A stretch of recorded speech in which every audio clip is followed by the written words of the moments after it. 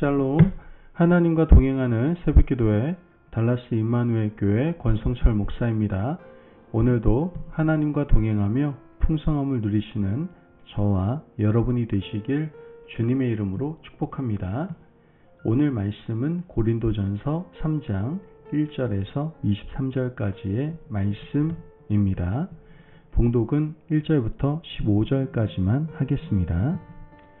형제들아, 내가 신령한 자들을 대함과 같이 너희에게 말할 수 없어서 육신에 속한 자, 곧 그리스도 안에서 어린아이들을 대함과 같이 하노라. 내가 너희를 젖으로 먹이고 밥으로 아니하였노니 이는 너희가 감당하지 못하였음이거니와 지금도 못하리라. 너희는 아직도 육신에 속한 자로다. 너희 가운데 시기와 분쟁이 있으니 어찌 육신에 속하여 사람을 따라 행함이 아니리요. 어떤 이는 말하되 나는 바울에게라 하고 다른 이는 나는 아볼로에게라 하니 너희가 육의 사람이 아니리요. 그런즉 아볼로는 무엇이며 바울은 무엇이냐? 그들은 주께서 각각 주신 대로 너희로 하여금 믿게 한 사역자들이니라. 나는 심었고 아볼로는 물을 주었으되 오직 하나님께서 자라나게 하셨나니 그런즉 심는 이나 물 주는 이는 아무것도 아니로되 오직 자라게 하시는 이는 하나님 뿐이니라. 심는 이와 물 주는 이는 한 가지이나 각각 자기가 일한 대로 자기의 상을 받으리라.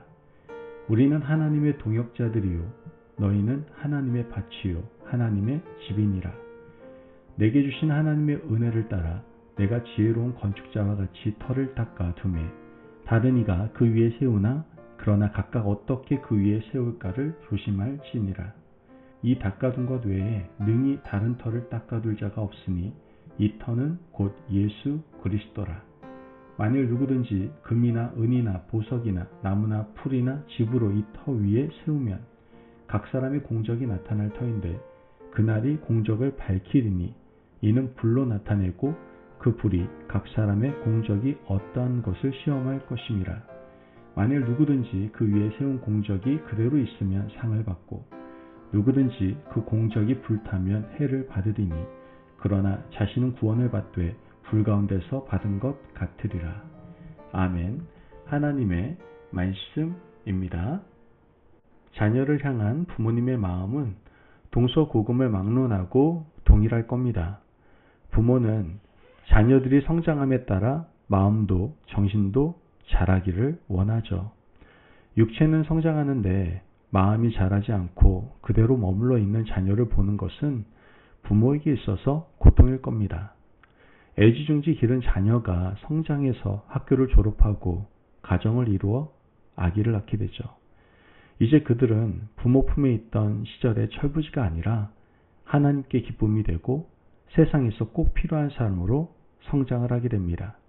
그런 자녀를 보는 부모의 마음이 얼마나 흐뭇하겠습니까? 우리 각 사람을 보는 예수님의 마음이 그러하시다라는 것이죠. 예수 그리스도는 우리 각 사람을 위해서 십자가에 달려 목숨을 내어 주셨습니다. 그러므로 주님은 우리가 영적으로 성장하기를 바라십니다. 성장하지 못하고 머물러 있는 자녀들을 보는 주님의 마음은 말할 수 없이 힘들 수밖에 없는 것이죠. 고린도 교회를 바라보는 바울의 마음도 이와 같았습니다. 바울은 고린도 교회를 개척한 목회자였습니다. 열정을 다해서 고린도 교회를 일구었지만 성도들이 성장하지 못하고 아직까지 육신에 머물러 있다는 소식을 듣게 됩니다. 가슴이 아플 수밖에 없었죠. 바울은 강력한 어조로 고린도 교회 성도들을 책망하게 됩니다. 3절 말씀을 보면 너희는 아직 육신에 속한 자로다. 너희 가운데 시기와 분쟁이 있으니 어찌 육신에 속하여 사람을 따라 행함이 아니리요.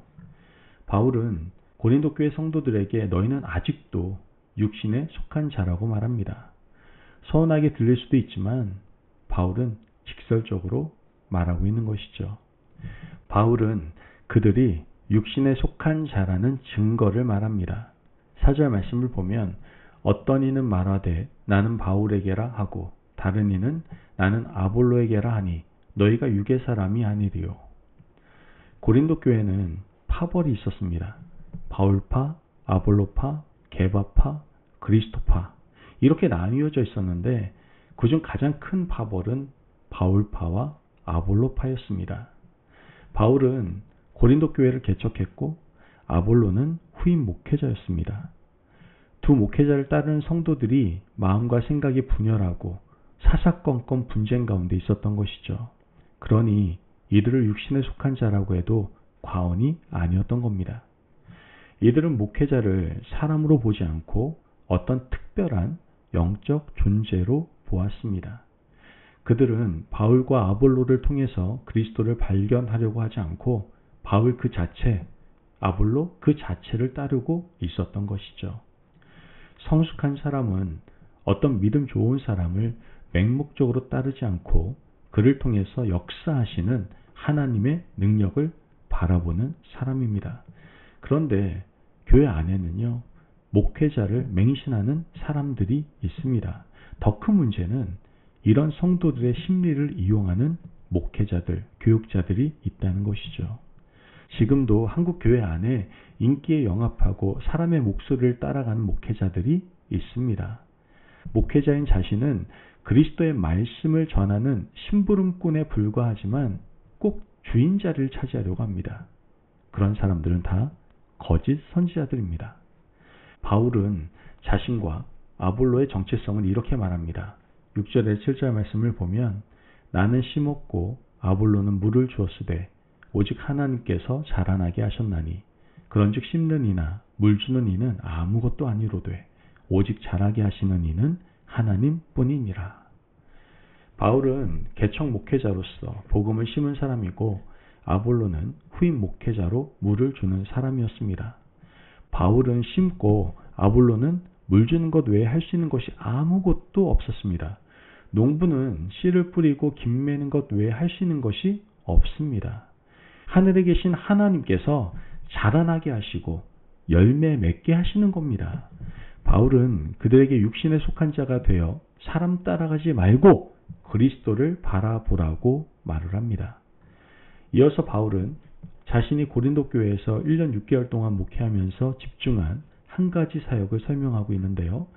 10절에서 11절 말씀을 보면 내게 주신 하나님의 은혜를 따라 내가 지혜로운 건축자와 같이 터를 닦아 두매 다른 이가 그 위에 세우나 그러나 각각 어떻게 그 위에 세울까 조심할지니라. 이 닦아둔 것 외에 능히 다른 터를 닦아둘 자가 없으니 이 터는 곧 예수 그리스도라. 바울은 고린도 교회에서 자신이 한 것은 터 닦는 일밖에 없었다라고 말을 합니다. 바울이 닦은 터는 예수 그리스도였던 것이죠. 터를 닦는 일은 밖으로는 잘 나타나지 않습니다. 건축자가 집을 지을 때 기초를 파고 터를 닦는 것은 밖으로 잘 드러나지가 않죠. 하지만 건물이 올라가고 인테리어를 멋지게 하면 시선이 거기에 집중됩니다. 바울은 사람들 눈에 보이는 멋진 일을 한 것이 아니라 남들이 알아주지 않는 터 닦는 일, 곧 예수 그리스도의 복음을 전하는 일에만 집중했던 겁니다. 여러분, 목회자의 일은요, 터 닦는 사역입니다. 말씀을 가르치고 성도들을 위해서 기도하고 신방하고 그들의 영혼을 돌보는 일은 사실 잘 나타나지 않는 일입니다. 바울은 고린도 교회를 목회하면서 자신의 터가 아니라 예수 그리스도의 십자가 복음의 터를 닦았습니다. 집 짓는 것은 성도들 각자의 몫으로 남겨두었던 것이죠. 12절 말씀을 보면 만일 누구든지 금이나 은이나 보석이나 나무나 풀이나 집으로 이 터 위에 세우면, 집 짓는 사람들 중에는 두 종류의 사람들이 있습니다. 바울이 예수 그리스도로 터를 닦아두면 금이나 은이나 보석으로 집을 짓는 사람이 있고 나무나 풀 혹은 집으로 집을 짓는 사람도 있습니다. 그중 견고하고 튼튼한 집은 어떤 집일까요? 당연히 금이나 은이나 보석으로 짓는 집이 튼튼하지 않겠습니까? 하나님 보시기에 기쁨이 되고 사람이 보기에도 아름답고 어떤 시련이나 환난이 다가와도 금은 보석으로 지은 집은 흔들리지 않을 겁니다. 그런데 의외로 나무나 풀 혹은 집으로 집을 짓는 사람들이 많다는 것이죠. 하나님은 우리가 지은 집을 시험하실 겁니다. 불같은 시험으로 우리가 지은 집을 바라보신다라는 것이죠.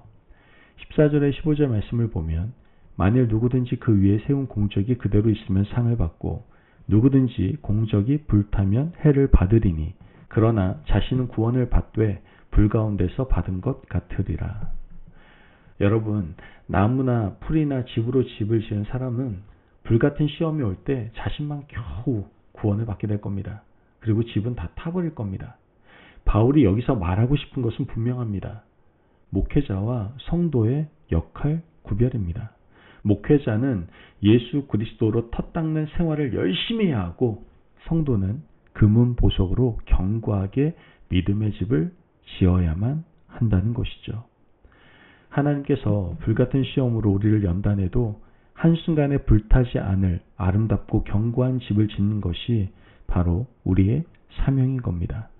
이런 성숙한 믿음을 가진 사람들이 되시기를 간절히 바랍니다.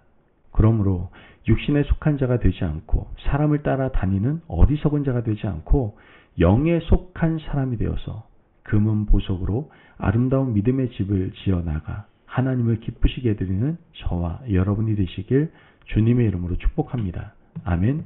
기도하겠습니다. 사랑이 많으신 하나님 감사합니다. 오늘 우리에게 귀한 말씀의 은혜 허락하심을 감사합니다.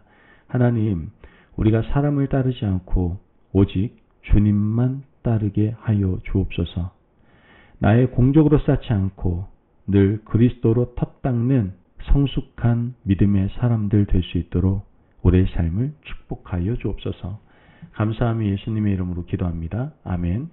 오늘도 하나님과 동행하며 풍성함을 누리시는 저와 여러분이 되시길 주님의 이름으로 축복합니다. 여러분, 사람을 따르지 마시고 오직 주님만을 따르는 하루 되시기를 바랍니다. 무엇보다도 그리스도의 터 위에 아름다운 믿음의 집을 세워가시는 하루가 되시기를 바랍니다. 말씀 안에서 승리하십시오.